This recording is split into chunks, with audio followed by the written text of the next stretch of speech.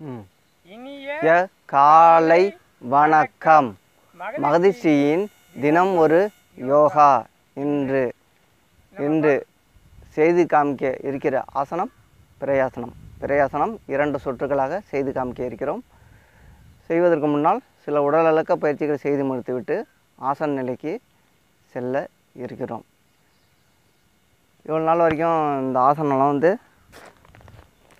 ஆடுதுறை இயற்கை மருத்துவ சங்கம் அந்த சோலையில் போட்டுருந்தோம். இப்போ நேற்று ஒரு ஆசனம் போட்டோம். அதுவும் இந்த வயல்வெளியில் பாலாக்குடி என்ற கிராமத்தில் போட்டோம். இந்த இடமும் பாலாக்குடி என்ற கிராமத்தில் ஒரு வயல்வெளியில் ஒரு இயற்கையான சூழ்நிலையில் எப்படி இருக்குன்னா, இந்த இடம்னா நல்லா எங்கே பார்த்தாலும் நடு நட்டு அதில் அப்படியே தண்ணியெலாம் கிடக்கு. அதில் காற்று அடிக்கிறது எப்படின்னா, நம்ம ஏசி ரூமில் எப்படி இருக்கும் அந்த மனநிலையில் இப்போ இருக்கிறோம். இந்த இடத்துல வந்து உங்களுக்கு செய்து காமிக்க இருக்கிறோம். நல்லா ஓப்பன் பிளேஸுங்கிறதுனால இயற்கையான சுவாசம். அந்த சுவாசத்தோடு நம்ம ஆசனம்லாம் செய்து வந்தோம்னா சீக்கிரமாக சில பிரச்சனைகள் சின்ன சின்ன உடல் பிரச்சனைலாம் இருந்துச்சுன்னா சீக்கிரமாக அதுலேருந்து நம்ம மீண்டு வெளிவர முடியும். இப்பொழுது உடலிழக்க பயிற்சிகளை செய்து முடித்துவிட்டு பிரயாசனம். பிரயாசனம் என்பது நிலா இருக்குது இல்லையா, அரைவட்ட நிலா, அந்த வடிவில் வந்து நம்ம உடம்பை வச்சுக்க போகிறோம். இப்போ உடலிழக்க பயிற்சிகளை செய்து முடித்துவிட்டு இந்த ஆசன நிலைக்கு செல்ல இருக்கிறோம். 1 2 3 4 5 6 7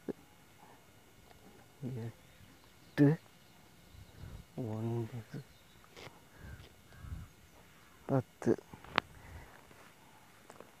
இடுப்பில் வந்து இந்த 2 கையும் இப்படி வச்சுக்கிட்டு நல்லா பேலன்ஸ் பண்ணி இப்படி பின்பக்கமாக வளையுது. எண்ணிக்கை 1 2 3 4 5 6 8 9 10 11 12 13 14 15. நன்றி ஆர்ஜி அவர்களே. ஆசனத்தை மெதுவாக கழித்து விட்டு இந்த பிரயாசனம் செஞ்சோம்னா நம்ம பின்பக்கம் வளையிறோம் இல்லையா, அதுக்கு வந்து மாற்றாசனம் செய்யணும். அது வந்து மாற்றாசனம் வந்து பாத கஷ்டாசனம். சரி, இப்படி செஞ்சுக்கலாம் சும்மா முடிஞ்ச அளவு. அப்போ வந்து சமநிலைப்படுத்திடுறோம் உடம்ப. அதுக்காக தான் இந்த மாற்றாசனம் செய்கிறது. இப்போ ஓய்வு. 2 கைகளும் சின்முத்திரை வைத்துக்கொண்டு ஆழ்ந்த மூச்சு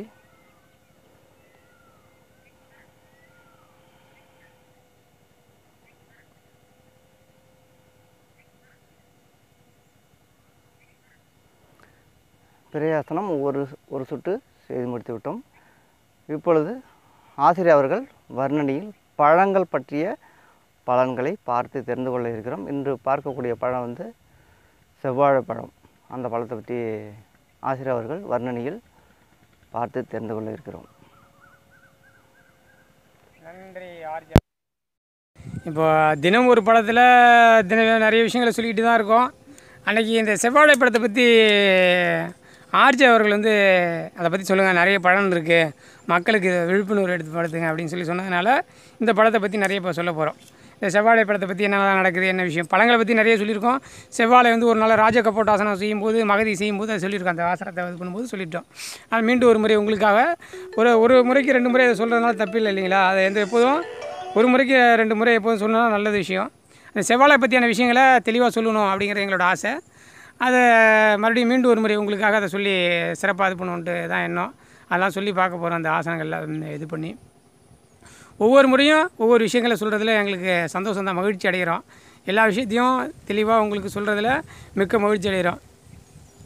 உங்களுக்கு எப்போதுமே ஒரு படம் சொல்கிறோன்னா அந்த படத்தை பற்றி முழுமையாக தெரிஞ்சுக்கிட்டு அதை பற்றின விஷயங்களை உங்களுக்கு தெளிவுபடுத்திகிட்டே இருக்கும். ஏன் அதை அப்படி இதுன்னா, நாங்கள் விட்டு கொடுக்கக்கூடாது, எந்த விஷயமும் உங்களுக்கு தெளிவாக உங்களுக்கு வந்து கொண்டு போய் சேர்க்கறதுல நாங்கள் தெளிவாக இருக்கும். இந்த செவ்வாழை என்ன செய்யுதுன்னா, தொற்று நோய் வராமல் தாக்குது. அதாவது எதிர்ப்பு சக்தியை அதிகப்படுத்தக்கூடிய விஷயங்களை நிறைய பண்ணுது. அதனால் மிகப்பெரிய விஷயங்களை கொண்டு போய் சேர்க்குது இந்த செவ்வாழை பொறுத்தளவுக்கு நம்ம வந்து தினமும் ஒரு செவ்வாழை எடுத்துக்கிட்டோம்னா நிறைய பலன்கள் அடைய போகிறோம். அதாவது ஒவ்வொரு நாளும் தினமும் இரவு நேரத்தில் ஒரு பழத்தை சாப்பிடுங்க. பகலில் முடிஞ்சால் ஒரு காலம்புற ஒரு பழத்தை சாப்பிடுங்க. செவ்வாழை வந்து கொஞ்சம் விலை அதிகமாக தான் இருக்கும். ஒரு பழத்தோட ரேட்டே பார்த்திங்கன்னா 5 ரூபாயிலேருந்து 8 ரூபா வரைக்கும் சொல்லுவாங்க, இல்லை 10 ரூபா வரைக்கும் சொல்லுவாங்க. அது பழத்தை பொறுத்து அமையும், இதை பொறுத்து அமையும். தொற்று நோயே வரவே வராது. இந்த பழம் தினமும் எடுத்துகிட்டு வந்தோம்னா தொற்று நோயே வராது. ஜீரண சக்தி அதிகப்படுத்தும். எப்பவும் பழனாலே வாழைப்பழம் ஜீரண சக்தி அதிகம். அந்த கல்லீரல் சிறுநீரக கோளாறுகளை சீர் செய்யக்கூடிய விஷயங்களை செய்யும் இந்த செவ்வாழை. அப்புறம் இன்னும் மிகப்பெரிய விஷயம் ஒன்று இருக்குது, ஆண்மை சக்தியை அதிகப்படுத்தக்கூடிய விஷயம். ஆண்மைக்கு விருப்பத்தன்மைங்கிற சொல்லக்கூடிய ஆண்மையை அதிகப்படுத்தி உடலுறவு அதிகப்படுத்தக்கூடிய நேரங்களை அதிகப்படுத்த விஷயங்களை செய்யக்கூடிய இந்த செவ்வாழை. அது வந்து கல்யாணம் ஆனவங்கலாம் நிறைய சாப்பிடுங்க, நல்ல விஷயங்கள நடக்கும். சீக்கிரம் குழந்தை பிறக்கணுங்கிறவங்கலாம் இந்த செவ்வாழையை நிறைய எடுத்துங்க, தினமும் எடுத்துங்க. கல்யாணம் இது பண்ணும்போது ஆண்மையை அதிகப்படுத்தி குழந்தைய பிறக்கிறதுக்கு மிகவும் எளிதாக விஷயங்களை செய்யக்கூடிய விஷயங்களை செய்யுது. எளிதாக வளர்ச்சி செய்யக்கூடிய விஷயங்களை செய்யுது. ஆண்மையை வளர்ச்சி அடைஞ்சு அணுக்கள் அந்த ஆண்மையை குரோமோசோம்னு சொல்லுவாங்க, 23 குரோமோசோம்னு சொல்லுவாங்க இல்லையா, அந்த குரோமோசோம்களை அதிகப்படுத்தி நல்ல பலன் கொடுக்குது. தினமும் ஒரு செவ்வாழைங்கிறது வந்து நிறைய விஷயங்களை கொண்டு போய் சேர்க்குது. அதில் என்னெல்லாம் இருக்குது அப்படின்னு பார்த்தீங்கன்னா, பொட்டாசியம், மக்னீசியம், அப்புறம் கால்சியம், பாஸ்பரஸு, இரும்புச்சத்து, வைட்டமின் சி, தையமின், அப்புறம் போலிக் ஆசிட்டுங்கிற விஷயங்கள் இருக்குது. அதில் அந்த இவ்வளோ சக்திகளை கொண்டு நிறைய விஷயங்களை கொண்டு போய் சேர்க்கறதுனால ஆண்மை சக்தி அதிகப்படுத்துது. நல்லா ஒன்று தெரிஞ்சுங்க, ஆண்மை சக்தி அடுத்து ஜீரணத்தை அதிகம் உண்டு பண்ணுது. அப்புறம் தினமும் இதை சாப்பிட்டு வர்றதுனால உடல் வந்து பருமன் இல்லாமல் உடல் எடைக்கு தகுந்த மாதிரி சிறப்பாக வச்சுக்கிறதுக்கு வழி வகுக்குது. விலை மட்டும் அதிகம் நினைக்காதீங்க, அதோட பலன் அதிகம். அதனால் வாங்கி சாப்பிட்றதுல வாரத்துக்கு ஒரு முறையாச்சும் வாங்கி கொடுங்க. குழந்தைகளுக்கு பெரியவங்க வரைக்கும் வாங்கி சாப்பிடுங்க. எதிர்ப்பு சக்தி அதிகமாக என்னென்னலாம் இருக்குன்னா, இந்த வாழைப்பழம் எதெல்லாம் எதிர்ப்பு சக்தி இருக்கோ பழங்கள் எல்லாத்தையுமே எதிர்ப்பு சக்தி அதிகமாக இருக்குது. ஒவ்வொரு பழமும் ஒவ்வொரு விஷயத்தை செய்யுது. இந்த ஆரஞ்சு பழம் மிகப்பெரிய விஷயங்கள், அது இந்த செவ்வாழை பழம் மிகப்பெரிய விஷயம் செய்யுது. இந்த ஆரஞ்சு செவ்வாழை இதெல்லாம் சேர்த்து சாப்பிடும்போது உடலோட பலம் அதிகரிக்கிறது. அதனால் செவ்வாழை, ஆரஞ்சு, மாதுளை இதெல்லாம் சேர்த்து சாப்பிடும்போது மிகப்பெரிய சத்துக்களை கொண்டு போய் சேர்க்குது. அதாவது நன்மைகள் அதிகமாக இருக்க பழங்களை எடுத்துக்கிறதுல யோசிக்கக்கூடாது. பணத்தையும் காசையும் பார்த்துக்கிட்டே இருந்தால் வாழ்க்கையை பார்க்குறது எப்போது பணம் காசுனே பார்க்க வேண்டாம். வாழ்க்கையில் நம்ம சிறு சிறப்புமாக அந்த செவ்வாழையும் சாப்பிட்டு சிறு சிறப்பும் வாழ இந்த மகதீஷ்டி தினமுறை மூலம் வாழ்த்துக்களை தெரிவிக்கிறோம். இப்போ மீண்டும் ஒரு முறை உங்களுக்காக இந்த ஆசனத்தை செய்து காட்டி இது பண்ணுறதுல சந்தோஷப்படுவார், மகிழ்ச்சி அடைகிறோம். இப்போ உங்களுக்கு இந்த பிறையாசனம் இருக்குது இல்லைங்களா, கொஞ்சம் சில பேருக்கு மயக்கம்லாம் வந்துடும். அதை பற்றி சொல்லிவிட்டு அப்புறம் ஆர்ஜி அவர்கள் இது ஆரம்பிக்க சொல்கிறேன்.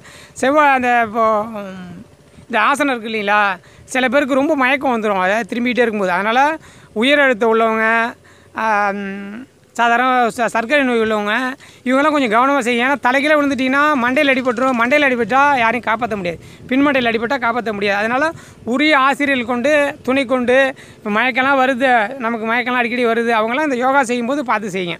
ஏன்னா ஒரு விஷயம் செய்யும்போது முன்னெச்சரிக்கை தான் மிக முக்கியம். செய்யும்போது உங்களுக்கு ஈஸியாக சொல்லிவிடுவோம், ஆனால் முன்னெச்சரிக்கை மிக முக்கியம் தேவைப்படுது.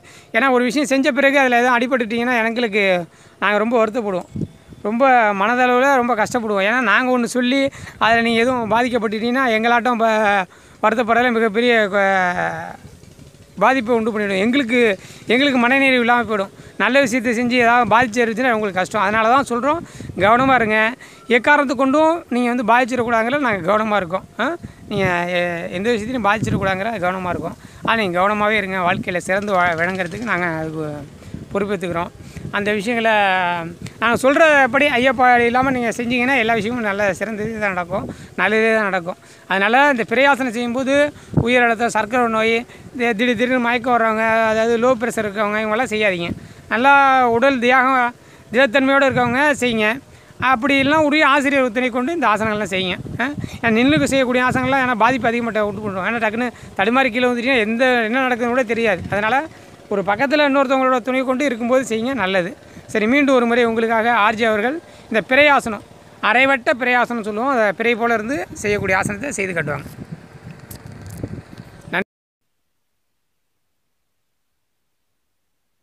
வாழைப்பழம்னாவே எல்லா பழமுமே மிகவும் நன்மை தரக்கூடிய பழம்தான். அதுவும் செவ்வாழை பழம் மிகவும் சிறப்பு வாய்ந்தது. ஏன்னா ஆண்மை விருத்தியாக அந்த வாழைப்பழத்தை சொல்கிறாங்க. புதிதாக திருமணமானவர்கள் இருவருமே தொடர்ந்து சாப்பிட்டு வந்தோம்னா நல்ல சிறப்பான பலன்களை நம்மால் அடைய முடியும்.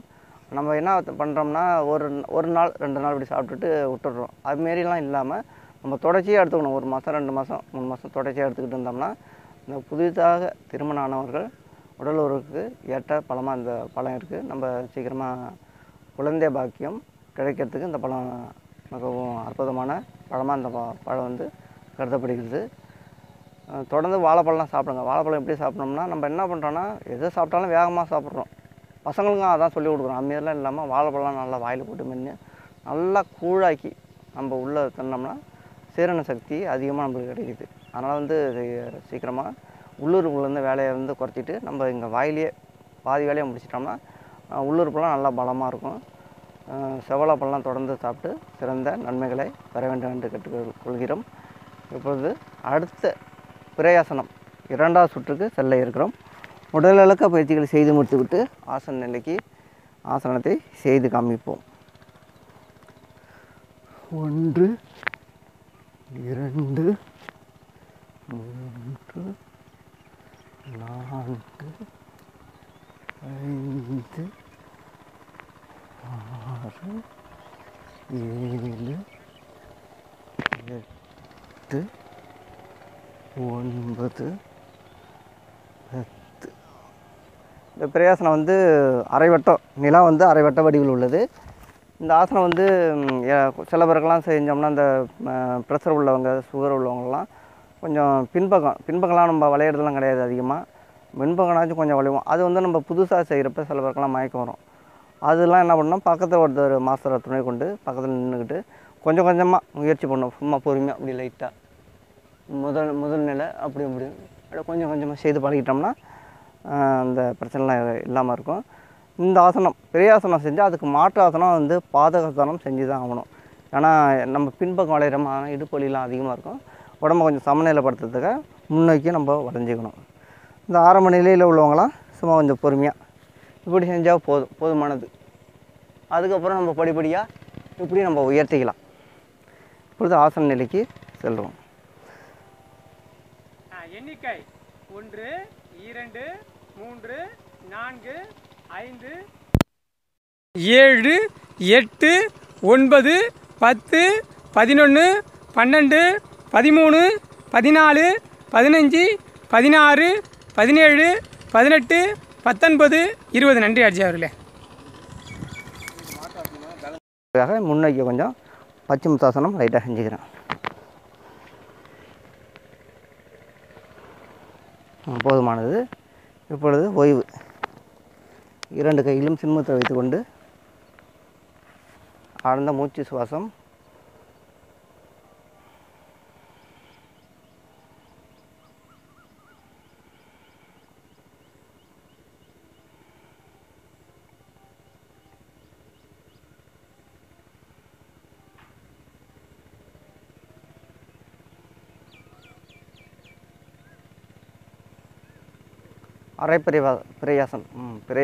பிரயாசனம் செய்வதனால் நம்ம பின்பக்கமாக வளையிறோம் இல்லையா, அதனால் என்ன பண்ணுறோம், இந்த இடுப்பில் கை வச்சுட்டு நல்லா பின்பக்கமாக வளையிறோம். அந்த இடுப்பு சம்மந்தமான பிரச்சனை உள்ளவங்களாம் பெரிய அருமருந்து அந்த ஆசனம் கருது. ஏன்னா இந்த இடுப்பு வலிலாம் சுத்தமாக போயிடும். இடுப்பு வலிலாம் போய்டும். இந்த இடுப்பு தசையெல்லாம் குறைக்கப்பட்டு இடுப்பில் வந்து நல்லா பலன் அடைகின்றன. அது இல்லாமல் பின்னாடி முதுகு தண்டெல்லாம் நல்லா பின்னாடி வளைக்கிறதுனால நல்லா நெகிழ்வுத்தன்மை ஏற்பட்டு நீண்டெல்லாம் இளமையான தோற்றம் இருக்கிறதுக்கு இந்த ஆசனம் முக்கிய பங்கு வகிக்கின்றன. மொத்தம் நாடி நரம்பு, நம்ம உடம்புல உள்ள நாடி நரம்புலாம் நல்லா நெகிழ்வுத்தன்மை அடைஞ்சு நல்லா இளமையாக இருக்க இந்த ஆசனம் உதவுகின்றது. அது இல்லாமல் பின்பக்கம் வளைக்கிறதுனால தைராய்டு, இந்த கழுத்து சம்மந்தமான பிரச்சனை உள்ளவங்களெல்லாம் அந்த பிரச்சனை வந்து நீக்கப்படுகின்றன. நல்லா நம்ம நடந்தெல்லாம் போகிறப்ப சில பேர்லாம் அப்படி குஞ்சிட்டுலாம் போவாங்க. அதுமாரிலாம் இல்லாமல் நல்லா நிமிர்ந்து நேராக போகிறதுக்கு இந்த ஆசனம் முக்கிய பங்கு வகிக்கின்றன. நாங்கள் அளிக்கின்ற ஆசனத்தை தொடர்ந்து பார்த்து செய்து பலனடைங்க. முடிஞ்சளவு எங்களுடைய இந்த வந்து மகதி தினம் ஒரு யோகா சேனலை வந்து தொடர்ந்து முடிஞ்சளவு பாருங்கள். நாங்கள் ஏன்னா ஆசனம் மட்டும் உங்களுக்கு அளிக்காமல் பழம் பற்றிய தகவலெல்லாம் அளிக்கிறோம். அப்புறம் கருத்து கண்ணாயிராங்கிற நிகழ்ச்சியில் தினமும் ஒரு கருத்து, சின்ன டிப்ஸு, அதெல்லாம் வந்து நம்ம வாழ்க்கை வந்து சின்ன டிப்ஸு இது மாதிரி தான் தோணும். ஆனால் அது மூலியமாக நம்ம நிறைய சாதிக்க முடியும். அதெல்லாம் கேட்டு தெரிஞ்சுக்கிட்டா ஒவ்வொரு நாளைக்கும் ஒவ்வொரு டிப்ஸ் எங்களுக்கு தெரிஞ்சதை எங்களோட ஆசிரியர் பேராசிரியர்லாம் இருக்காங்க இல்லையா, அவங்கள்ட்டேருந்து நாங்களும் கொஞ்சம் கொஞ்சமாக கற்றுக்கிட்டு தான் உங்களுக்கு இந்த சின்ன சின்ன டிப்ஸ்லாம் கொடுக்குறோம். அந்த டிப்ஸை நாங்களும் பயன்படுத்தி நிறைய பலன்லாம் அடைஞ்சிருக்கோம். முடிஞ்ச அளவு இதெல்லாம் பார்த்துட்டு அதெல்லாம் தெரிஞ்சுக்கிட்டு நீங்கள் என்ன பலன் அடைஞ்சிங்க அது மாதிரியான கமெண்ட்ஸ்லாம் உங்கள்கிட்ட நாங்கள் எதிர்பார்க்குறோம். முடிஞ்ச அளவு ஸ்கிப் பண்ணாமல் பாருங்கள். எங்களுடைய இந்த மகதியின் தினம் ஒரு யோகா நிகழ்ச்சியை தொடர்ந்து பார்த்து பலன் பெறுங்கள். இப்பொழுது ஆசிரியர் வர்ணனையில் கருத்துக்கள் 1000 சில கருத்துக்களை பார்த்து தெரிந்து கொள்ள இருக்கிறோம். நீங்களும் பார்த்து தெரிந்து கொள்ளுங்கள். நன்றி ஆர்ஜி அவர்களே. தினமும் ஒரு பகுதியில் தினம் ஒரு யோகா பகுதியில் என்னென்னலாம் பார்த்தோம். இப்போ ஆசனம் பார்த்துட்டோம், அதுக்கு இடையில் ஒரு பழத்தின் பலன்கள் பார்த்தோம், செவ்வாடை பற்றி பார்த்தோம். அதன் பிறகு கருத்து கண்ணாயிரம் பகுதி வந்துவிட்டோம். தினமும் கருத்து கண்ணாயிரம் பகுதியில் ஏதோ ஒன்று சொல்லிகிட்டே இருப்போம் இல்லைங்களா, அந்த கருத்து கண்ணாயிரம் பகுதி இப்போ வந்துவிட்டோம்.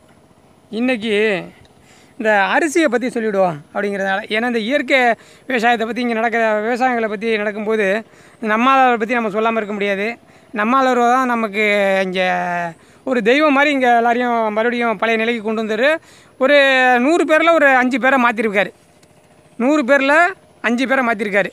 இன்றைக்கி பல விதமான உங்களுக்கு காட்டுற மாதிரி இங்கே இயற்கை விவசாயம் பண்ணுறதே இல்லை அப்படிங்கிறதுக்கு எடுத்துக்காட்டு இப்போ காட்டுவோம். இப்போ ஆர்ஜி அவர்கள் இப்போ தியானத்தில் இருக்கார், கொஞ்சம் மறுபடியும் சொல்லும்போது அதை எடுத்து காட்டுவார். எவ்வளோ நச்சு பொருட்களை சேர்க்குறவங்க காட்டுறோம்.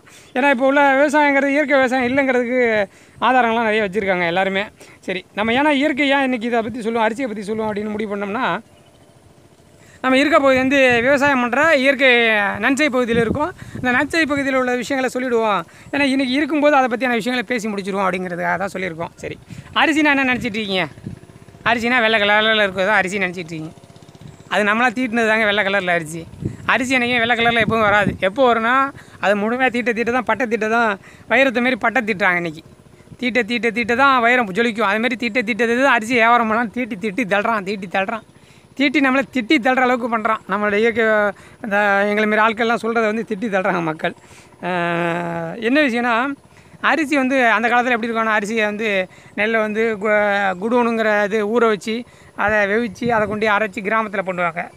நகரத்தில் எப்படி நடக்குன்னா, பெரிய பட்டை இது மிஷினில் கொண்டு போய் ஊற வச்சு அதை மிஷினில் போட்டு அரைச்சி எடுத்துருவாங்க.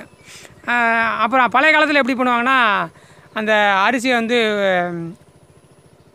என்ன ஜெய் சொல்லுவாங்க, அந்த குழவியாத அந்த இது சொல்லுவாங்களே, உலக்கை வச்சு உலக்கையில் குத்தி அதை ஒரு கிராமம் இருக்குன்னா ஒரு 10 பேர் சேர்ந்து அந்த அரிசியை குத்தி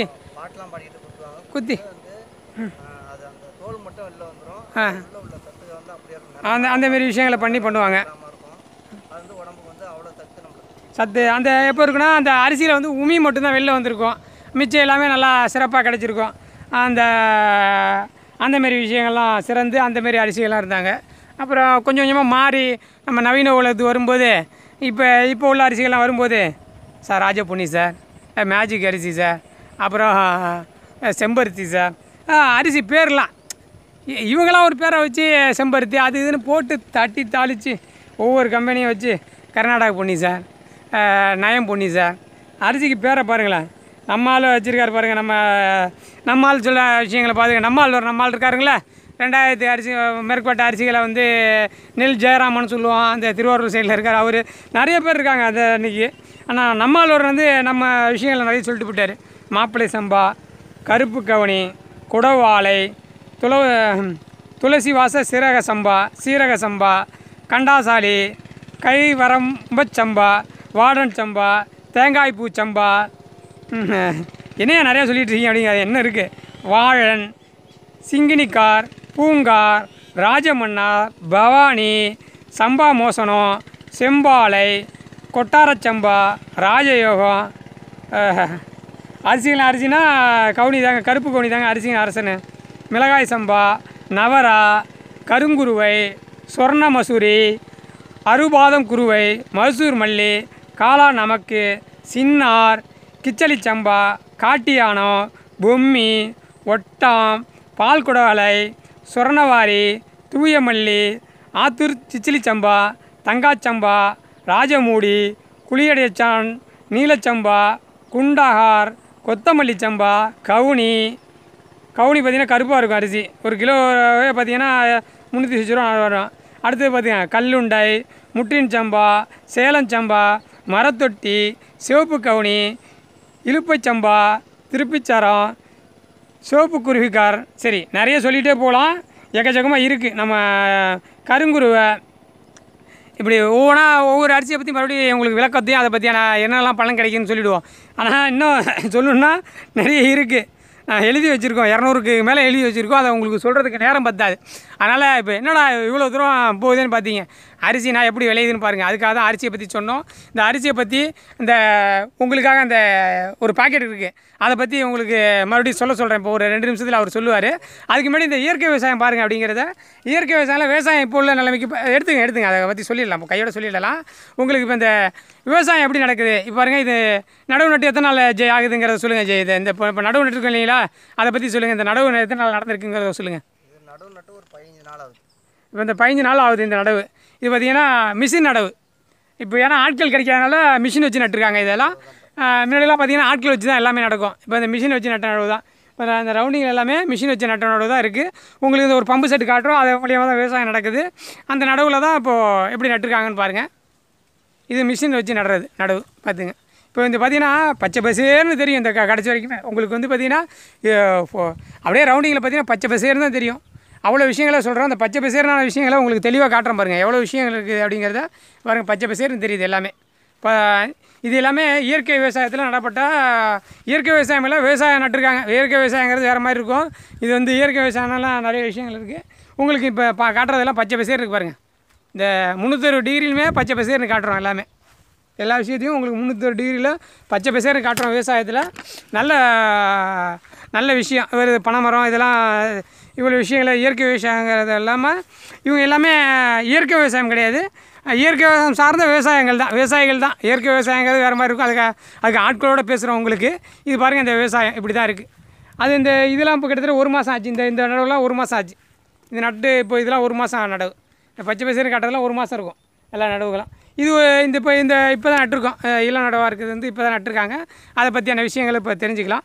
ஆர்ஜி அவர்கள் அந்த மருந்து பெட்டியை பற்றி இப்போ சொல்லுவாங்க. இந்த மருந்து பெட்டி எடுத்து அதை பற்றியான விஷயங்கள் சொல்லுவாங்க. என்ன மருந்து, அது எதுக்காக போட்டாங்க, அதை பற்றியான விஷயம். ஆர்ஜி அவர்கள் விவசாயம் பண்ணக்கூடிய ஆள், அதனால் அவர்கிட்ட சேர்த்த விஷயத்தை கேட்டு தெரிஞ்சுக்கலாம். அந்த மருந்தை பற்றி கொஞ்சம் இப்போ பாக்கெட் எடுத்து கொஞ்சம் சொல்லுங்கள் ஆர்ஜி. இது எதுக்காக உள்ள மருந்து, என்ன விஷயம், என்ன பண்ணுறீங்கன்னு கொஞ்சம் சொல்லுங்கள்.